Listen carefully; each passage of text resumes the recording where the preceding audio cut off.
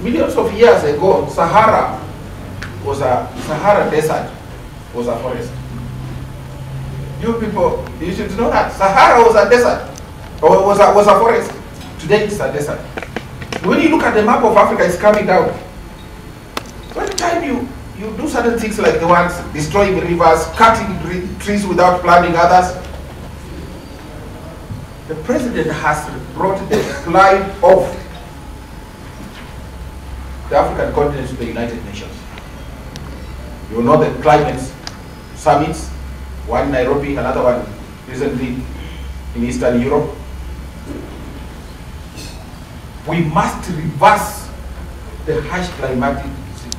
When you move down, you have seen this area, you go to Naivasha, there is a dry river coming from some several of them, from Nyandarua. And just a few kilometers from there, there is Abadeas. You know that Abadeas was there, trees were up to that road from Nairobi to Nakuru. But where are those trees going? We must never destroy the environment.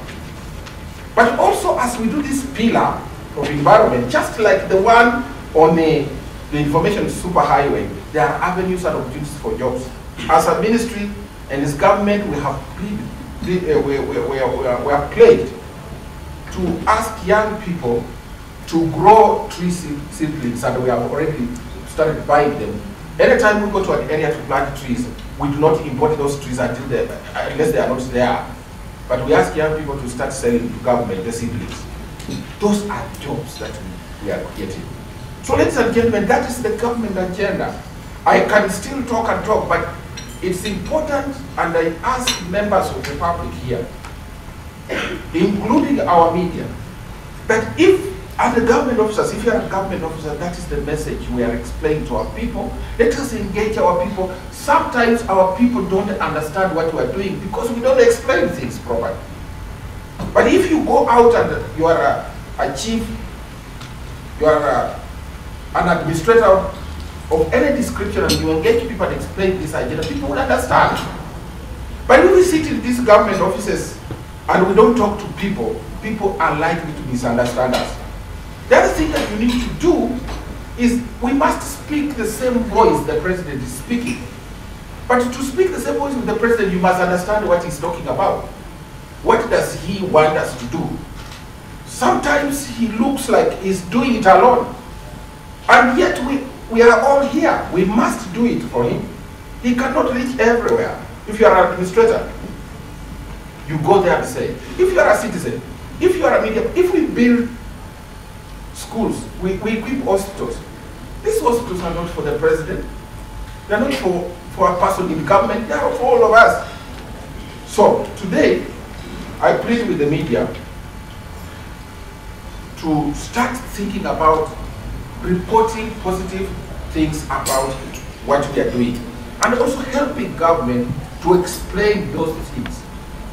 It is not, you will not look big, it's small when you do that. But when you overlook the truth and people tell you that you are saying these people are liars, but they brought down Unga from 280 to 130, is that your definition of a lie? You will lose your credibility. So let us not emphasize the negative things, but promote the positive ones.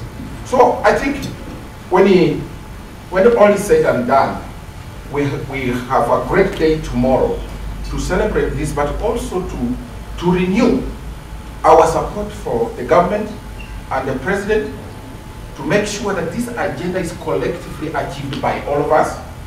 When another administration comes, they will have another agenda, but they build on the agenda we have put in place to improve the quality of life. If people ask you today, what is the philosophy of President William Ruto? You must just, if you don't remember very many things, this is what you say: empowering Kenyans to improve the quality of their life.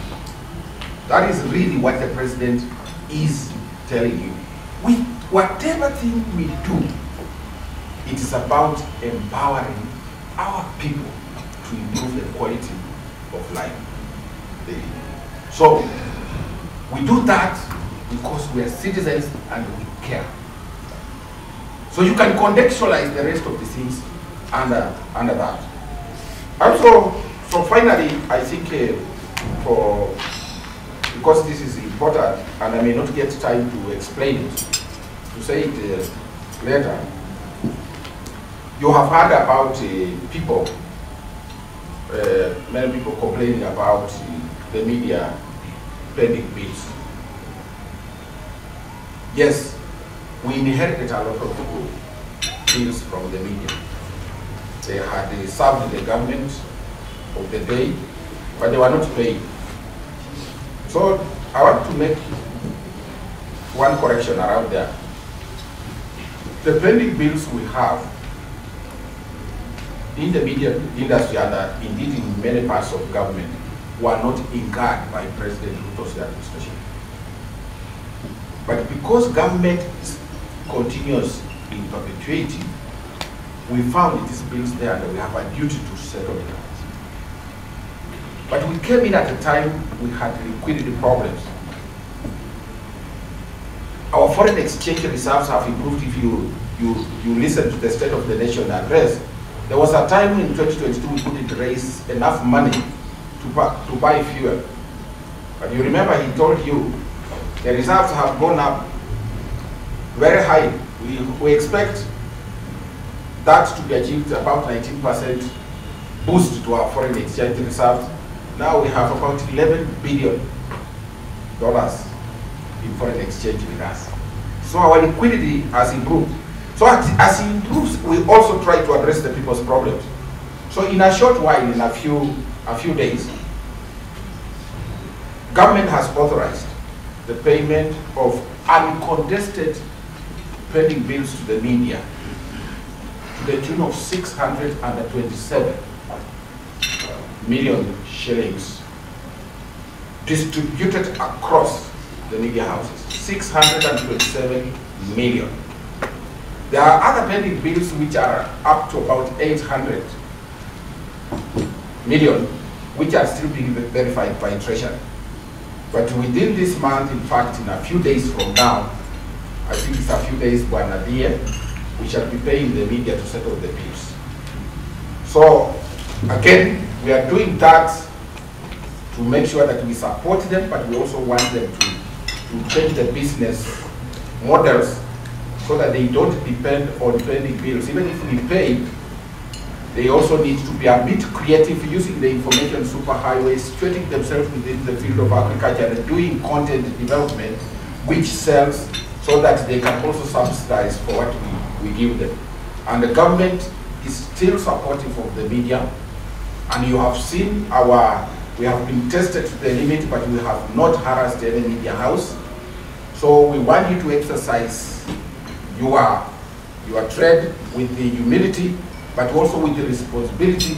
Support government plans, support government administrators, support our leadership, because these leaders are there by election, and therefore they have legitimacy, and throw your weight behind the agenda of the president. And Kenya is in safe hands, is on the right path. We can never be in a better position than we are today. Thank you very much, ladies and gentlemen.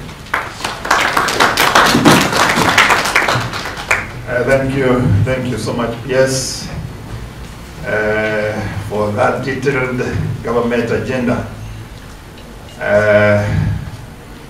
You know, Prof is an academician, so he has a lot to tell. Let me take this opportunity to invite our chief guest, Mr. Katel Mwanza, to give his keynote address. Alsi, karibu sana.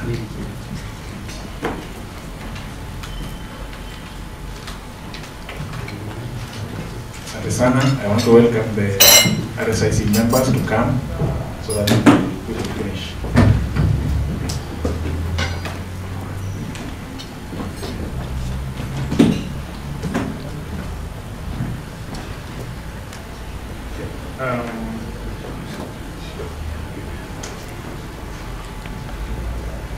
Thank you very much, ladies and gentlemen. I don't know whether the people at the back can hear me.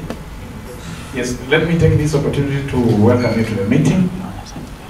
Secondly, let me take this opportunity to thank the PS, Professor Kisiemeni. You have said it all. I don't know what you are going to say after what you have said.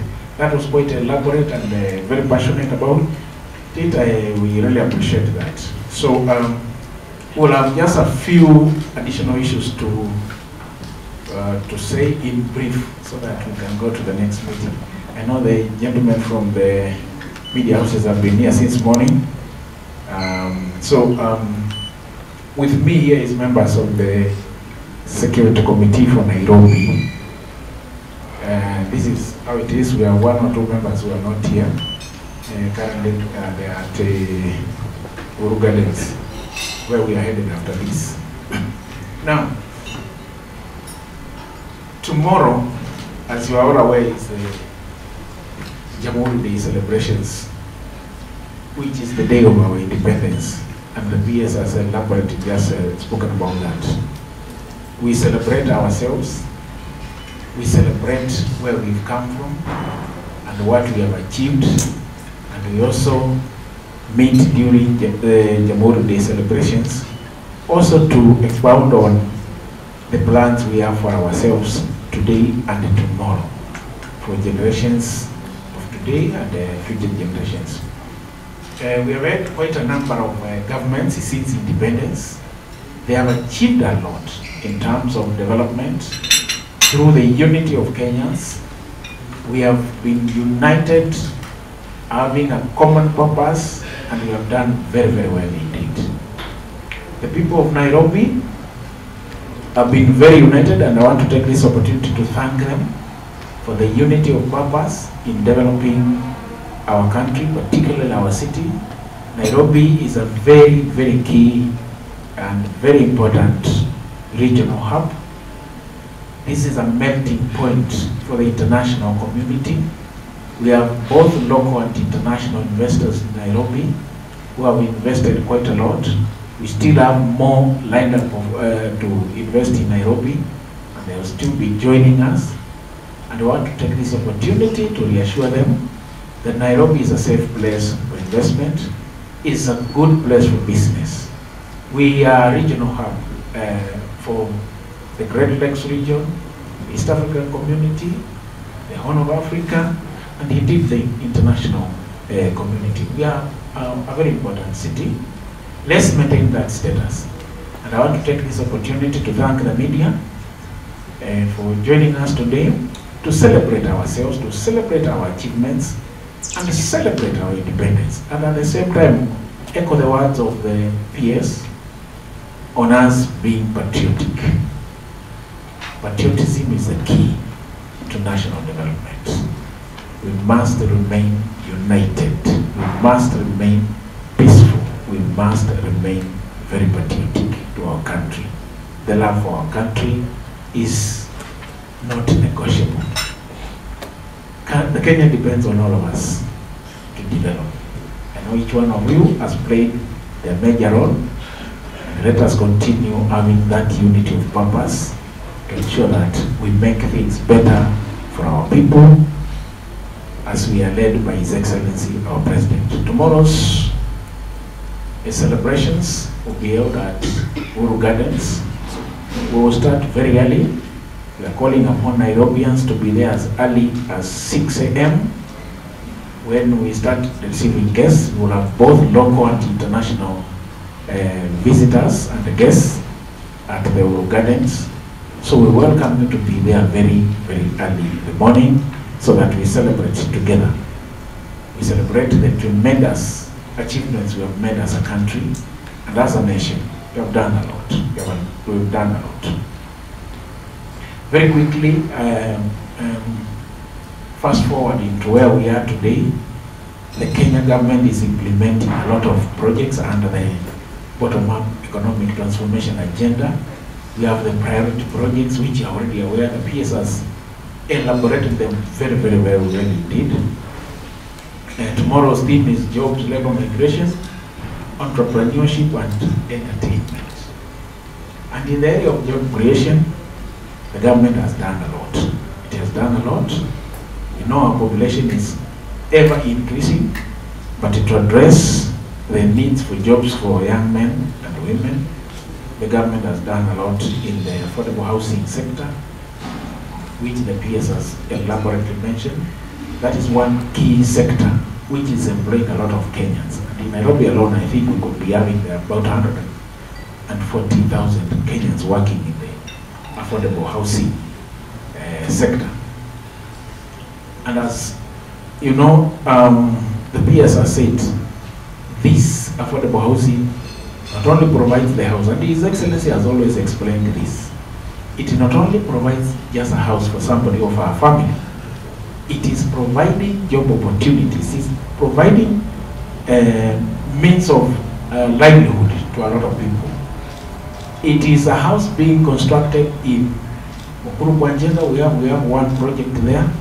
We have another project at Kibra here, another one at Shauri Moyo, another one at Pangani, Vandi. Others are at various stages of implementation, are just about to start. Quite a number of them in Nairobi.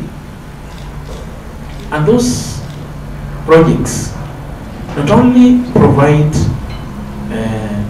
the housing for Kenyans who are living in informal settlements. Like Nairobi today has about 169 slums, which is what the government of His Excellency the President is trying to address. People living in informal settlements where there are no facilities, there's no electricity, there's no pollution, there's no sewer lines, nothing. And there's no piped water. So this is what the government is trying to address on one front. The other front, it is creating jobs, like the PS was explaining. It is creating a lot of jobs for the people. It is creating jobs for people who are here in Nairobi. It is creating jobs for people who are in rural areas of Kenya. The farmers there who are farming, the food that is sold in the construction sites, all that food comes from the farmers from various parts of the country. The owner of the kiosk who is selling the kiosk in a kiosk, selling that unga, selling that mafuta, all those people are benefiting from this, and a long chain of people who are benefiting from the affordable housing. It's one major program for this country, which is helping to transform lives of people so that they can get money for their foods, for their other family needs, including education of their children. Now, at the same time, in the area of job creation, His Excellency the President, sometime in September last year, launched the Climate Works program for the youth on the regeneration of the Nairobi rivers. And in that area, we have onboarded 20,000 youth who are working in the Climate Works. All of them accessing employment. Indeed, His Excellency has also directed that we upscale from 20 to 30 and subsequently to 50. And we are in the process of doing that. All those youth are being paid, and they are taking care of family needs through that employment created by the government. Again, the Asla Fund is also providing employment to citizens. And at the same time, the government is also building markets in various parts. In Nairobi, we are targeting to have 21 markets. 4 of them are complete, 8 others are on various stages. And many more are coming up in Nairobi to address the needs of people, the needs of traders, so that we can improve the economies of the families.